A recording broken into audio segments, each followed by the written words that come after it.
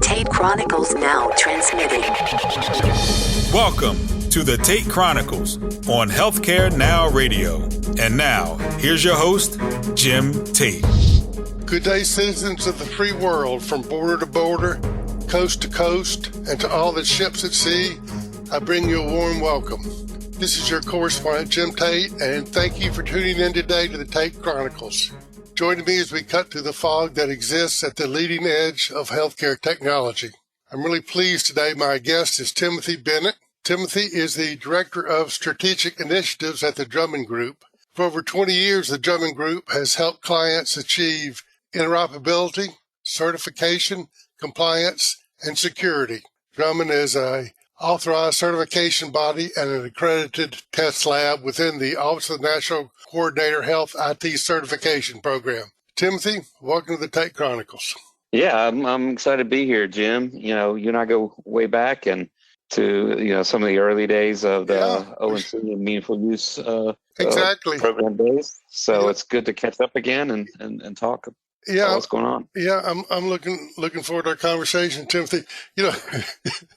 I'm laughing because it seems like we're always looking for further clarification from the government on all these programs. So whether it was interim final rules or adjustment to the final rules, or we're expecting more clarification on real world testing or something else, we're always kind of waiting. But we'll get into the details in a little bit on that. I know you're leading Drummond's newest program, which is the Payer and Patient Access Certification FIRE program. Tell us a little bit about what the purpose of that program is and what problems does it address. Yeah, so last, I guess it was March of 2020 was a big day when both ONC and CMS announced new final rules. For ONC, it was the Cures final rule. Mm-hmm. CMS had their own final rule, their patient access and interoperability final rule.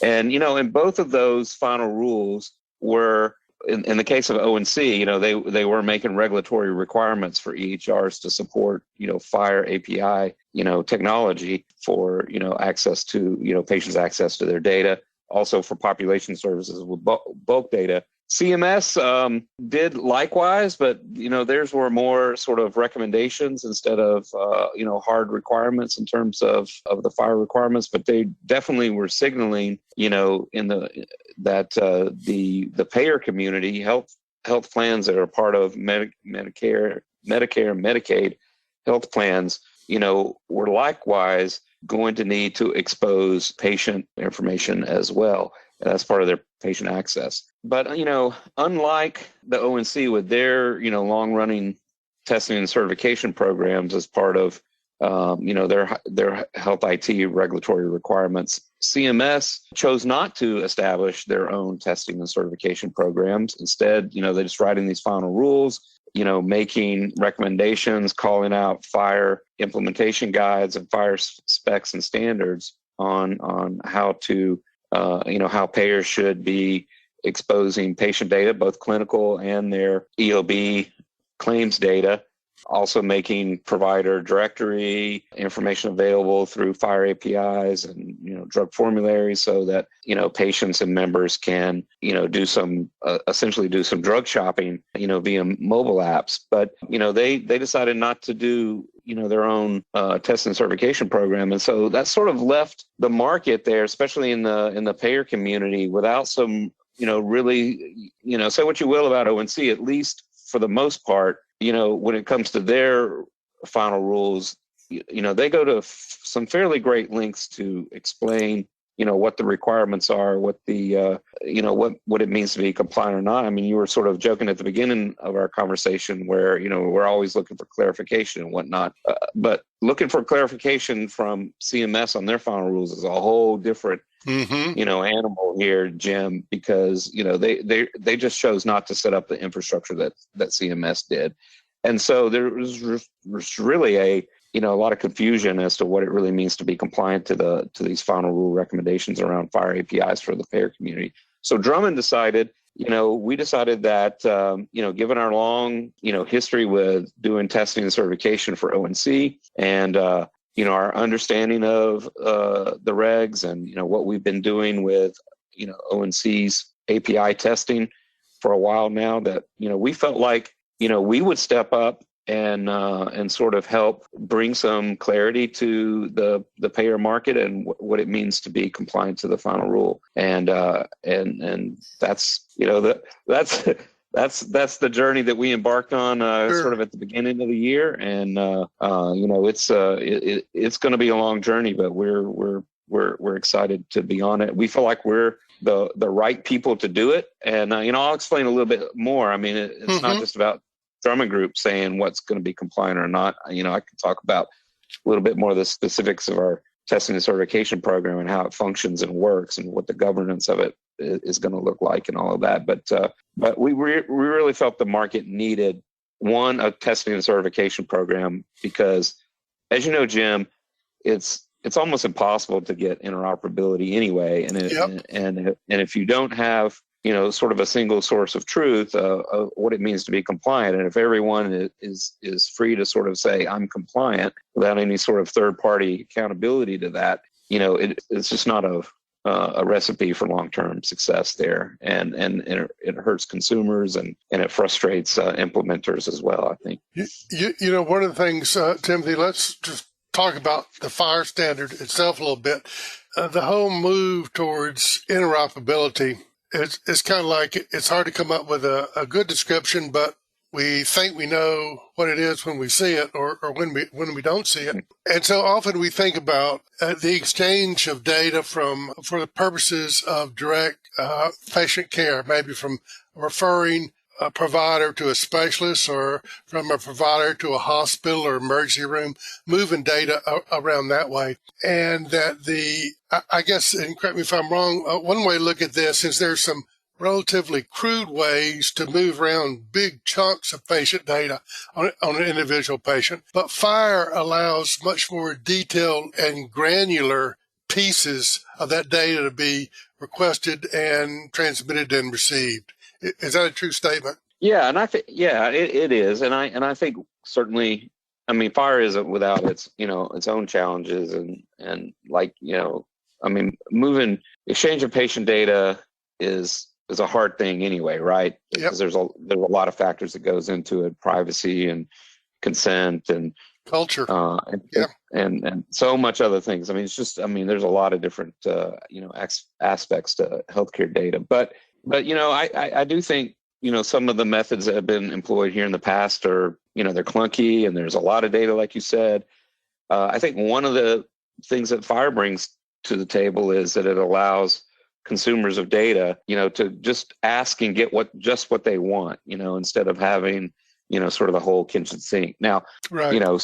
Some folks would say, these FHIR resources are pretty big too and complicated, but at least, it affords RESTful API technology, which is a very well-known, transport infrastructure. The whole internet basically runs off of REST APIs for the most part, certainly mobile devices as well.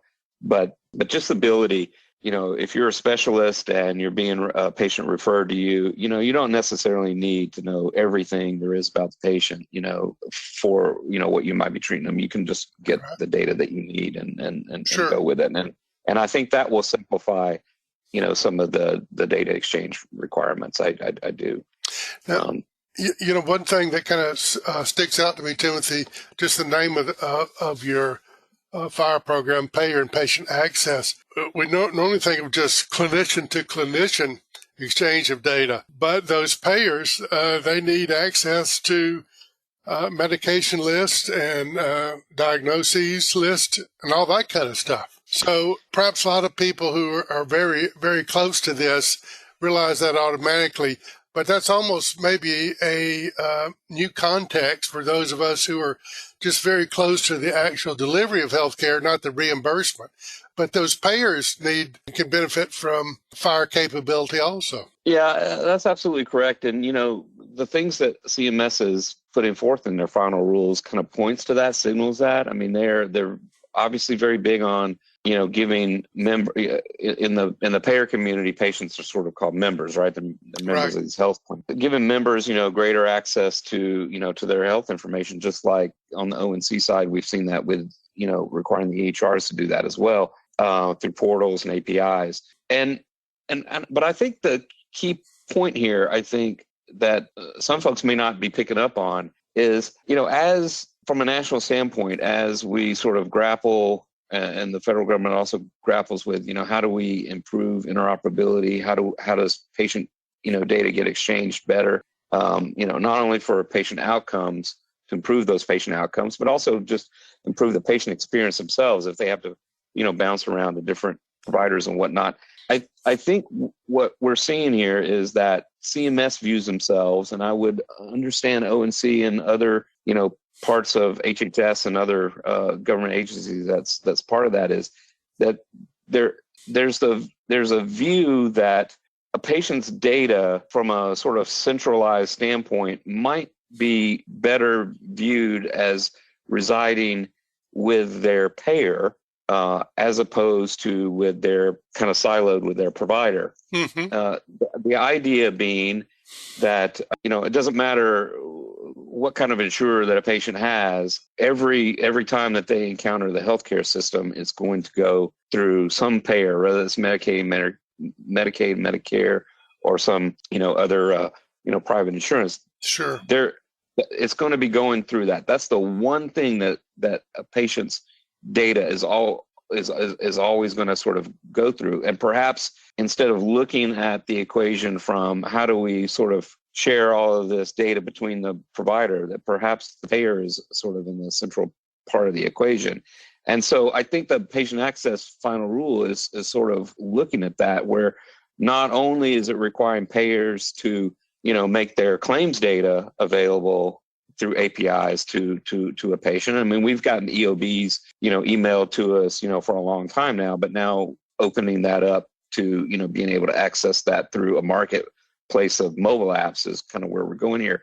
But not just the EOB, not just the claims data, but also the clinical data that you would normally sort of see from the provider. And that's signaling that down the road, there's going to be a lot more exchange between provider and payer in terms of clinical data, not just, the billing part of the equation. Sure. And it also opens up a lot more price transparency provisions as well, which is, a big complaint in the healthcare industry here, is that, the patient doesn't normally have a really good feel for how much this, procedure is going to cost me. And this is where I think we're going with some of these APIs that CMS is bringing down the road. For those in our audience who are just joining us in this episode of Tate Chronicles, I'm speaking today to Timothy Bennett of the Drummond Group. One thing that you mentioned there, Timothy, is the whole concept of the payer side of things. But let's kind of go back to the ONC certification process for just a minute.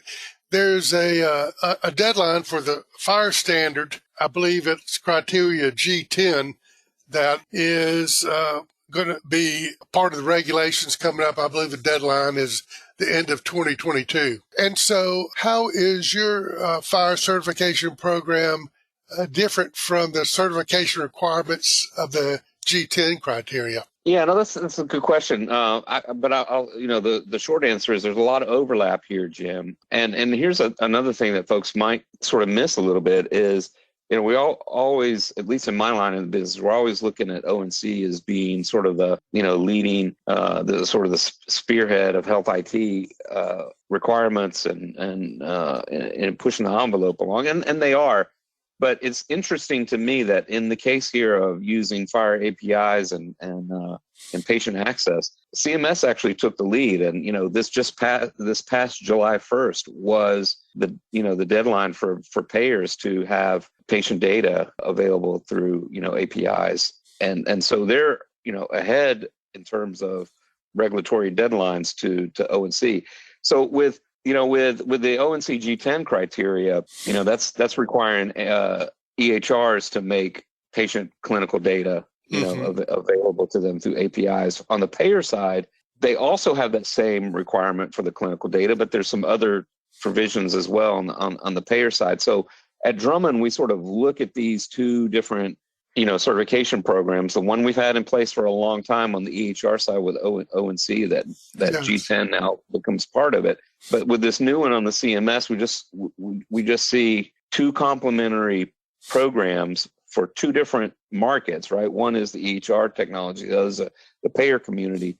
But some of the requirements are the same, and certainly, CMS and ONC, where they overlap, with the smart on fire technology in particular, they would like for implementers to implement the same specifications on that, so that it enhances the chances of interoperability and all that. So we see it as complementary programs, and I think as time goes on, Jim, you're going to see a lot more overlap with that, because the things that are coming down the road from CMS that they've signaled are using fire-based technology to support quality measure reporting, and also fire technology to support sort of the next generation of prior authorization to really reduce the burden reduction for providers.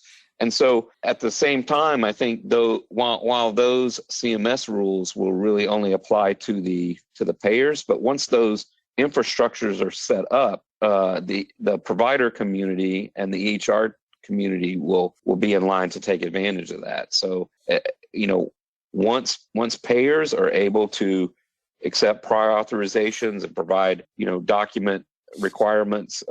documentation requirements for prior authorization via fire, technology, you can bet providers are going to be asking their EHR vendors to, I want that, I want that implementation, that seamless implementation into my EHR, so that I can cut all of this time down that it takes me to do a prior authorization. So I think as time goes on and these, fire APIs become more prevalent on both sides of the houses, so to speak, between CMS and ONC, I think we're going to see how they overlap. And I wouldn't be surprised, down the road that ONC expands some of their, regulation, in this area. But I get, that remains to be seen. That's just me speculating. Well, let me, Timothy, ask you to put on your historian hat for just a minute. You've been in the field of healthcare technology for quite some time, like myself. And so we have seen, before the whole meaningful use, federal stimulation, really cash financial infusions to help hospitals and providers buy EHRs and kind of boost up the percentage of people or providers that way using EHRs. That was certainly necessary. And that was like in the early days of this trajectory of electronic health information, hopefully at some point becoming more and more interoperable. Where are we in that trajectory? Those first couple of years, it seems like maybe we were going up pretty fast. Now it seems like incremental steps are being made. I mean, where are we going to be 5 years from now? Any idea? What are your thoughts on that? Yeah, that's a good question. I mean, I think, in my opinion, the next 5 years is really going to be building out fire infrastructures in various different elements. So I think it'll take a while for, the payoff to be there, because it's sort of like, if I can talk about these fire infrastructures sort of in terms of bridges and roads and, some of our physical infrastructure that we deal with, sometimes you just have to have these long construction projects and then finally, when it's sort of built, then you can really, get going. And so I think, over the next few years, there's going to be a building out of the necessary infrastructures that's going to, to really support the greater interoperability that fire promises. And so I think there's a little bit of patience involved. Of course, everyone's going to say, well, we've heard this story before, and it's, it's the same old story that's been going on for years and years about, interoperability. But I think there's a lot of promise for fire, but, it is going to take, a lot of the, different aspects of the healthcare ecosystem to really, buy into it. And I think it's going to take government regulation to help, make it happen, because it's not going to be cheap. It costs money for, folks to implement some of these infrastructures. But I think the payoff could be really, really big. analogy you used, Timothy, about roads and bridges, I find that really appropriate because in the 1950s, when President Eisenhower decided to build interstates all over the United States, they didn't immediately said, okay, who's going to build all the gas stations at every exit ramp? But somebody stood up and said, I'm going to build gas stations. A bunch of companies said, we're going to build gas stations along these interstates.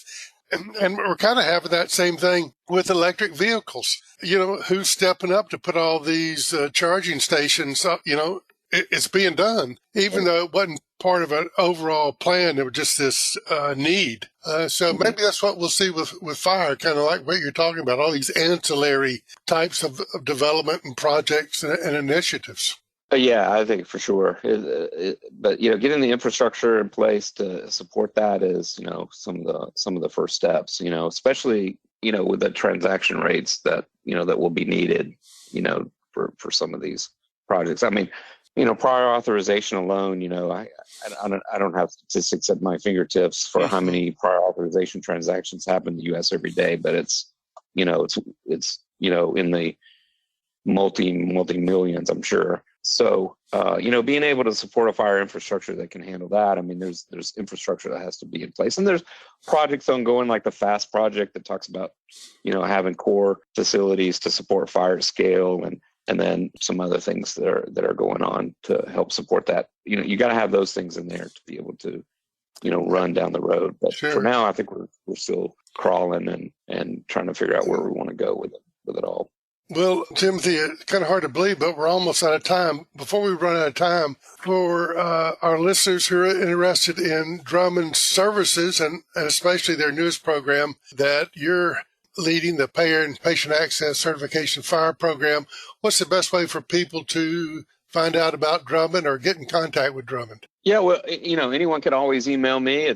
My email is very simple, timothy@drummondgroup.com. And I think, we certainly have a website, drummondgroup.com, as well, that you can go to and find out all kinds of information about all of our testing programs. I'll probably provide you a few links here, Jim, that, maybe you can include on the podcast notes. Absolutely. To get directly to some things. But I'll just say, we're very excited about what we're doing around fire and testing and certification at Drummond. We partnered with Aegis.net with their Touchstone fire testing platform. It's a very robust platform for testing all kinds of different, fire IGs and implementation guides. And, we're starting out with some of these first things with CMS and, of course, our G10 testing with the ONC. But there's so much fire IGs down the road. And, we're setting ourselves up to provide our customers with a way that they can, have the tools and the resources they need to,